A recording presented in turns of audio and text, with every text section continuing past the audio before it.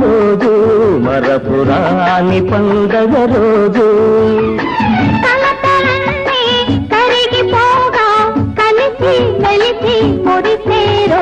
పాప పుట్టిన రోజు మరపురాని పండగ రోజు